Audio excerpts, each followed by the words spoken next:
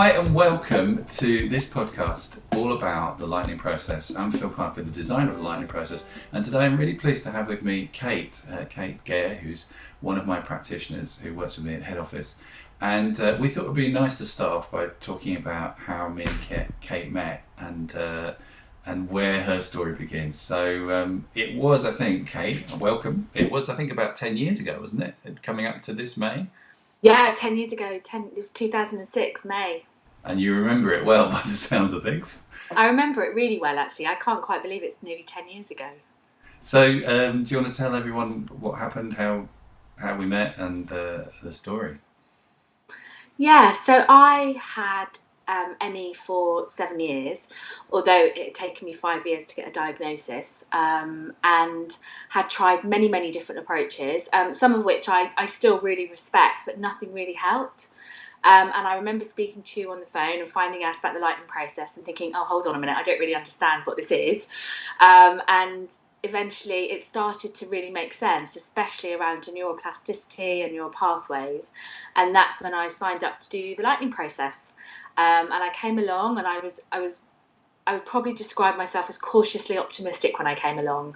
I had got to the stage where I lived in a second floor flat and I wasn't able to walk down the stairs. So I was going down the stairs on my bum, and was about to sell my flat, move back with my mum. It had got to that stage. And then I came to do the lightning process. And I remember, and I often tell this when I'm running courses, at the end of my second day, I was at Victoria Station about to go back to my home in Crystal Palace. And I saw that there was a train to Brighton. And I thought, I'm going to go to Brighton. And I remember the whole process of that decision being so incredibly liberating, because for the first time in a really long time, I was able to do something spontaneous. And I remember getting to Brighton, and it was chucking it down, even though it was May. And I walked down just from the station to the seafront, which is not a very nice road, and it takes normally about 10 minutes. And it took me about half an hour because I kept having to stop and do the lightning process along the way. And I did it. And it was then that I thought, well, this is it. This is the new life, and this is me getting my life back. And that's exactly how it felt. Really amazing. Wow. Well, I remember it well because I remember being on the course. And part of the lightning process, one of the things we're doing is looking at neurology and looking at how you can trigger different neurological pathways which affect your physiology. And if you can really access, and there's some great research by Ellen Langer about this, if you can really access very, very profound memories that will shift your physiology, it will change how your nervous system works, how your nervous system works. You hear the noise in the background, that's a puppy. Oh, look! Coming in to the video. Hello, little puppy. Hello. I'm going to say hello to everyone before I send you away. Gorgeous. Here's a little puppy. Say hello. Oh, isn't he gorgeous? Off you go, Luke. There you go.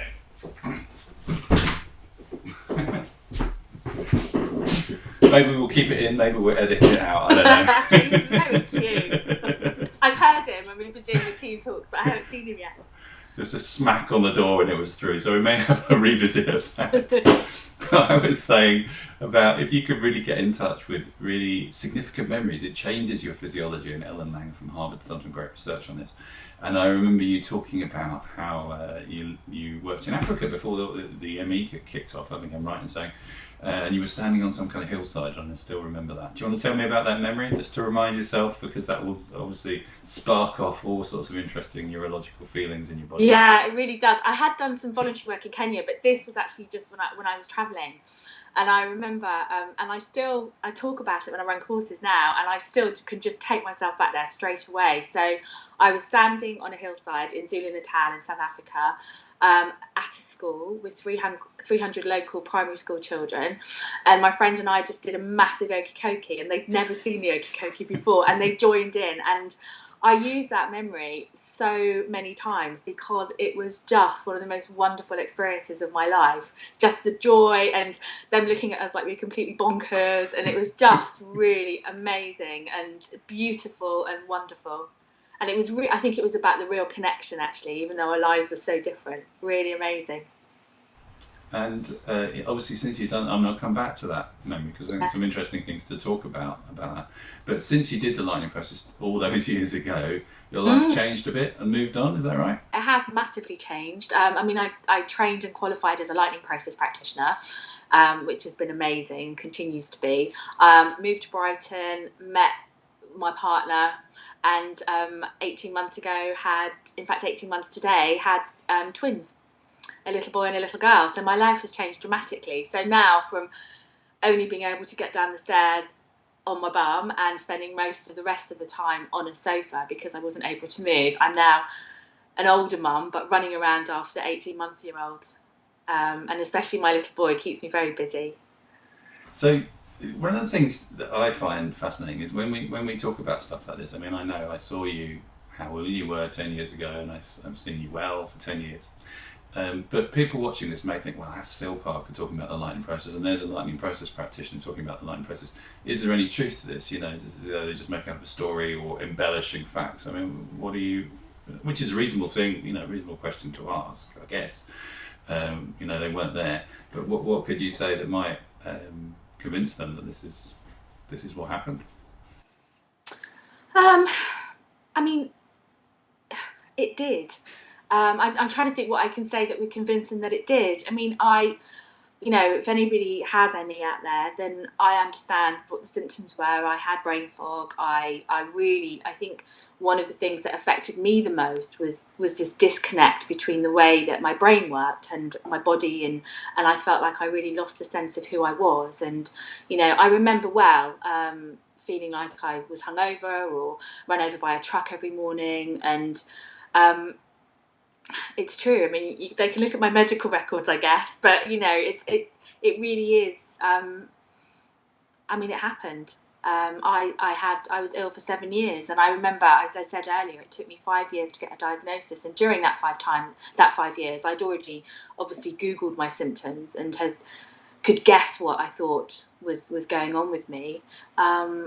But I also remember saying to friends, so I think ME, chronic fatigue, and those types of illnesses are really, really misunderstood. But I remember just saying to friends, well, why would I make it up? My life has changed so dramatically I'm trying to think how old I was at the time. I was kind of late 20s when I got ill, maybe mid-late 20s, from going out a lot with my friends and having a really amazing social life to I was still working, but that was all I was doing. I spent the rest of the time not doing anything, and also not being particularly productive at work because my brain didn't feel like it was working properly. I had this brain fog. And my motivation, you know this very well, Phil, my motivation to carry on teaching the process is because of the changes that people make, that come to do it and come to learn it. Well, I came into you're running a seminar this week, and I came in and met some of the people there, and and I said to them, I think doing the lightning process is really quite an amazing thing, because it's asking you to use your brain in your neurology, which currently, if you have ME, for example, or MS, isn't working very well, and they're asking you to use that to make changes.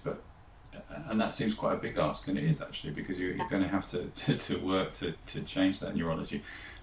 And I wish there was a simpler way and an easier way, but I haven't found one. This seems to me to be the most effective way of changing your physiology, is going inside and finding a way to access the central controlling unit, which is our brain, which does control our neurological functions. And as we mentioned earlier when you were talking about standing in South Africa, that powerful memories trigger really good physiology, but it's equally true that the unhealthy memories, so memories about ill health, trigger poor health. And again, there's some great research about this. And of course, it's completely understandable. If you've had a chronic health condition for a long time, a lot of your neurology is going to be thinking about it, ruminating on it, worrying about it, concerned about it, or just chatting about it or thinking about it. It's completely normal and reasonable. But it is one of the things that in our experience really helps to stop the body from bouncing back. So we have this idea that something happened, some original cause, virus, overworking, anesthetics, whatever it was. That's what started this kind of cascade of problems. What keeps it running is, as you get iller and you can't find any solutions, it creates these physiological changes in your body, which this guy Hans Selle identified decades ago. which keeps our bodies stuck. And finding a way through that is really tough. And but you know, you're living evidence, along with all the thousands of other people we see, that it is possible to do this. It is possible to change, but it does take a different way of thinking, and it takes some application of some new tools.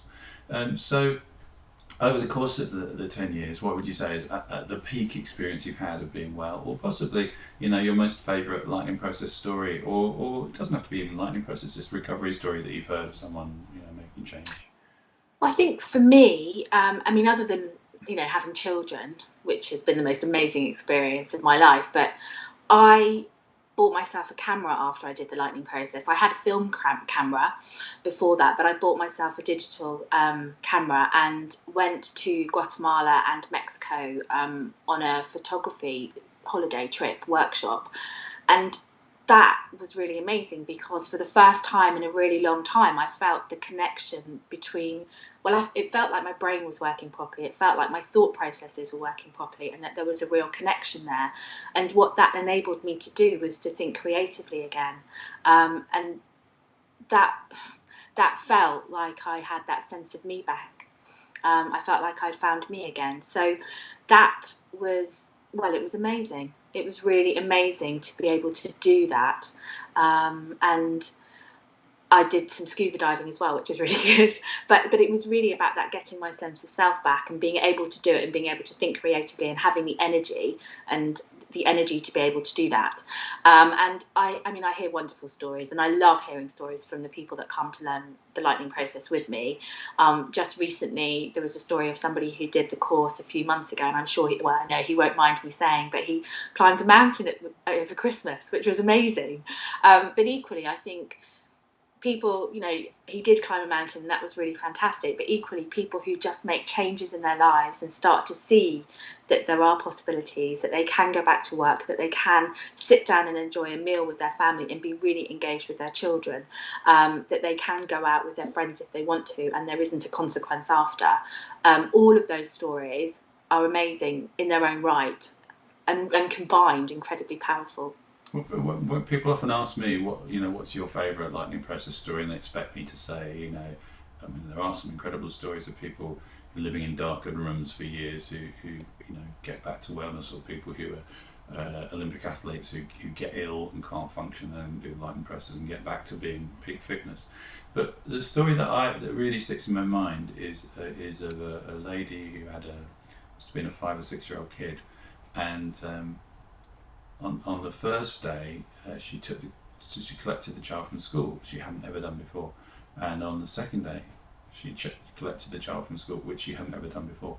And the little boy looked up at his mum and said, "Mummy, will you be able to pick me up tomorrow as well?" You know, and she said, "I will be able to pick you up for every day from now on." You know, and for me, even though that's a small thing, there's something about that moment that is what it's all about, which is when people are ill. You know, and this was ME, but you know, with other illnesses that we see as well, it affects so many more people than them. You know, it affects the family, it affects the relationships, it affects so much. And if you can give anyone back their wellness, their health, you don't just give it back to them, you give it back to the whole system, the whole family they live in. And you know, that is just such a great thing to do. We're so privileged to be able to help people to make these changes. I think it's amazing, and I often describe it that, you know, after I did the lightning process, to other people my life may have seemed really ordinary, but actually to me it was extraordinary. And I know that's the case with so many people that come to do the lightning process, that those things that other people might take for granted, quite rightly, that other people might take for granted, once you can start to do them again, it feels such a privilege, so extraordinary, and just amazing, really.